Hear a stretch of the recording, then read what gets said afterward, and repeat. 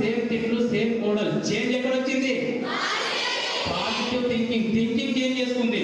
రెండు చేతుల వాటిని మంత్రం చెప్తాను. రెండు చేతులు అరచేతులు చెప్పాలి.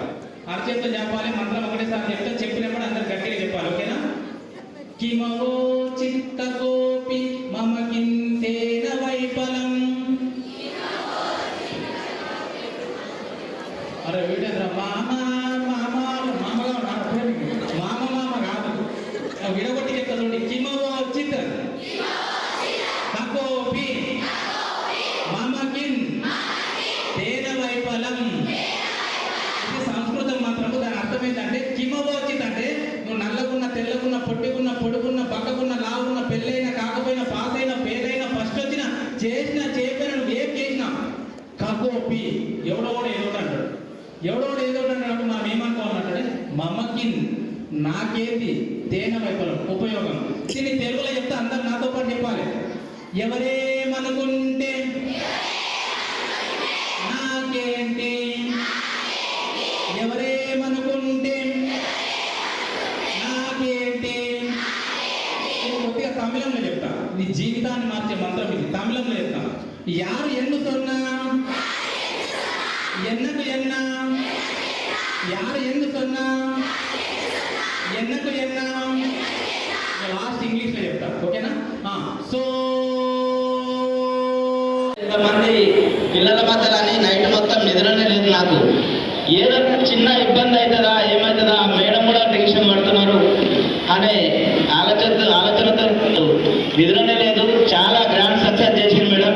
చాలా చాలా థ్యాంక్ యూ మేడం. ఒక్క 10 minutes ఆగండి కదా, మన కోసం ఒక 10 minutes నా కోసం టైం ఇవ్వండి. నా జీవితంలో ఒక చిన్న సన్నివేశం చెప్తా. ఈ ప్రోగ్రాం చేయడానికి కారణం కూడా అదే. కాబట్టి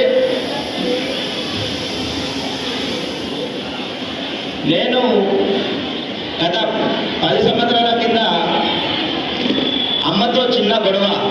దయచేసి ప్లీజ్ అమ్మాయిలు వెళ్ళొద్దురా, వెళ్ళొద్దు ప్లీజ్.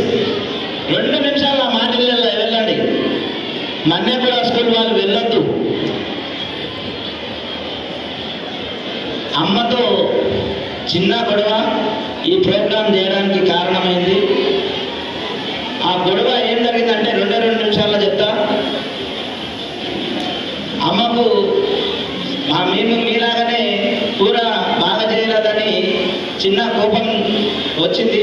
అదే రోజు నైట్ అన్నం తినకుండా వండుకున్నాం. నెక్స్ట్ రోజు నైట్ కూడా అన్నం తినకుండా వండుకున్నా. ఆ రోజు నైట్ అమ్మ 11 గంటలకు నన్ను లేపింది. అమ్మ తినకుండా వండుకున్నది. నెక్స్ట్ రోజు కూడా తినకుండా నన్ను లేపి, అరే తినరా, ఆకలి ఉన్నావు, ఎన్ని రోజులు ఇట్లా ఆకలితో ఉండవు, లేవు తిను అంటే, లేదు నువ్వు తిననే నాతో మాట్లాడకని అన్నా. అదే మాట అది లాస్ట్ నాకు మాట్లాడకనకుండా అదే అయిపోయింది. ఉదయం లేచి 4:30కు లేచి, ఎగ్జాక్ట్లీ 4:30కు లేచింది. నేను కూడా అప్పుడు 10th ఉన్నా. 4:30కు లేచేసరికి అమ్మ సగం అన్నం ఉడికింది, సగం ఉడకలేదు. అమ్మ చనిపోయి పక్కకు పడింది. అప్పుడు నేను ఇంత దౌర్భాగ్యం చేసుకున్నాను. అమ్మ లాస్ట్ మాట్లాడరా అనే ఈ లాస్ట్ మాట మాట్లాడలేకపోయినా అనే బాధ ఇప్పటికీ నన్ను కలిచివేస్తుంది. దయచేసి మీకు ఒక్కటేనా, అమ్మ నాన్న మనం ఎప్పుడు మంచిగా ఉండమో ఎప్పుడేమైందో తెలియదు. ప్రతి క్షణం వాళ్ళని బాధ పెట్టకుండా చూసుకోవడం చాలా మంచిది. నేను మీకు ఒక్కటే రిక్వెస్ట్, మాకు ఇక్కడ మస్తు మంది స్నేహితులు వచ్చారు. ప్రతి ఒక్కరు కూడా అదే చెప్తా. అమ్మ నాన్న ఉన్నప్పుడు వాళ్ళ విలువ తెలియదు. పోయినాక నాలాగా బాధపడితే లాభం లేదు. అవునా కదా? అందుకే చనిపోయినాక పాలతో కడిగితే చనిపోకముందు కాళ్ళను పెట్టుకుంటే వాళ్ళకి ఎంతో సంతోషం. ఉదయం వస్తూ కాళ్ళను పెట్టుకొని మీ ఆశీర్వాదం ఏంటి నాన్న అని అనుకుంటే చాలా సంతోషం ఉంటుంది. అదేవిధంగా మరికొద్ది 10 నిమిషాల్లో రామ్మోహన్ రెడ్డి సార్ ఇక్కడికి వస్తున్నాడు కాబట్టి ఒక 10 minutes ఒప్పుకోవటండి. అదేవిధంగా మీరు డాక్టర్లు అవుతారు, ఎస్ఐలు అవుతారు, కానిస్టేబుల్ అవుతారు. ఎక్కడ పోయినా మీ వంతు సార్ మీకున్న స్కూల్లో, మీరు చదివిన స్కూల్లో నేను ఎలాగైతే చేస్తున్నానో మీరు కూడా తప్పకుండా మీ వంతు సాయం మళ్ళీ మీ స్కూల్కి ఇవ్వాలని కోరుకుంటూ, అదేవిధంగా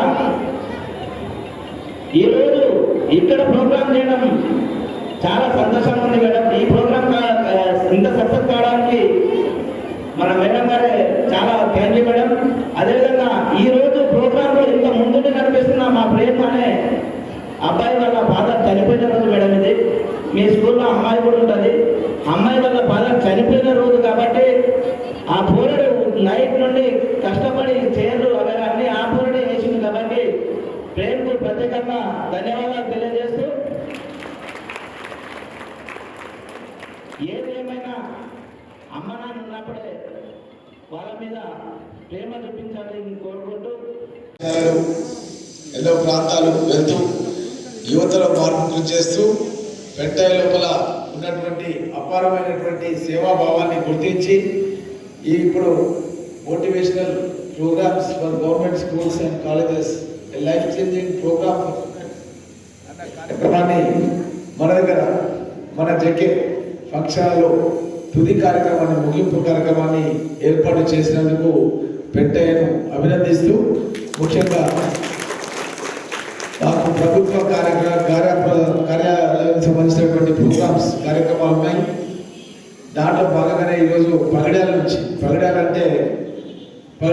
అడుగు ముందుకేస్తే నారాయణపేట జిల్లాకు పోతాం. అక్కడ నుంచి ఇక్కడికి రావడం జరిగింది. చాలా ప్రోగ్రామ్స్ ఉన్నాయి, గవర్నమెంట్ ప్రోగ్రామ్స్. ముఖ్యమంత్రి గారు కన్నా మాకు క్లియర్గా చెప్పినారు ఏంటంటే ప్రభుత్వం రావడానికి సాయం చేసినటువంటి పేద ప్రజలకు రుణం తీర్చుకోవడానికి ఇందిరమ్మ ఇండ్లు, పెన్షన్లు, రేషన్ కార్డులు ఇవన్నీ కూడా మనకు 6 పథకాల గురించి ప్రచారం చేయాల్సినటువంటి బాధ్యత మా పైన ఉండే కాబట్టి వాళ్ళ రుణం తీర్చుకోవడంలో పెంటయ్య మా తమ్ముడే కాబట్టి ఆయన రుణం తీసుకోవడానికి చాలా ఆలస్యమైంది. బాధపడుతున్నాడు తమ్ముడు, దానికి ఏం బాధపడదు. తప్పకుండా నీ యొక్క కార్యక్రమం విజయవంతమైనట్టే. ఎందుకంటే స్పందన చూస్తుంటే నేను వస్తుంటే రోడ్డు మీద మొత్తం కూడా చాలా మంది విద్యార్థులు కనబడ్డారు. ఎందుకంటే పాపం వాళ్ళ పేరెంట్స్ అందరూ కూడా వెయిట్ చేస్తుంటారు. కాబట్టి ఉపాధ్యాయులు కూడా వాళ్ళకి బాధ్యత ఉంటుంది. ఎందుకంటే స్టూడెంట్స్ని సరైన సమయంలో ఇంటికి పంపించాలి. బస్సెస్ కూడా చాలా రద్దీ ఎక్కువైపోయినాయి కాబట్టి పెట్రోల్ బంక్ కూడా అక్కడక్కడ బంద్ కూడా అవుతున్నాయి మధ్యకాలంలో. కాబట్టి నువ్వు అన్యదా భావించొద్దు. ఇంతకంటే మంచి ప్రోగ్రాం అవసరమైతే నా ఖర్చుతోనే పెట్టించి నీ గురించే పెట్టిస్తాన్న విషయాన్ని కూడా తెలియజేస్తూ, ఇంకా ముందు ఇట్లాంటి కార్యక్రమాలు పెంటయ్య చాలా చేయాలి. గతంలో కూడా నాకు ఒకసారి పిలిచిండు. తల్లిదండ్రుల యొక్క రుణం తీర్చుకోవాలని చెప్పి వాళ్ళకు కాళ్ళు కడిగి వాళ్ళకు ప్రోగ్రామ్ చేసేడు. గతంలో కూడా ఇలాంటివి చాలా ప్రోగ్రామ్స్ చేస్తుంటాడు. ఎందుకంటే సమాజంలో ఒక మార్పు రావాలంటే అది కేవలం విద్యార్థుల ద్వారానే వస్తుంది అన్న విషయాన్ని గ్రహించిన పెంటయ్య తన చిన్నతనంలో ఎన్నో ఇబ్బందులు పడి ఎన్నో కష్టాలు పడి ఈరోజు ఈ స్థాయికి వచ్చింది. కాబట్టి మీరు భవిష్యత్తు లోపల అట్లాంటి కష్టాలు మీకు రావద్దు.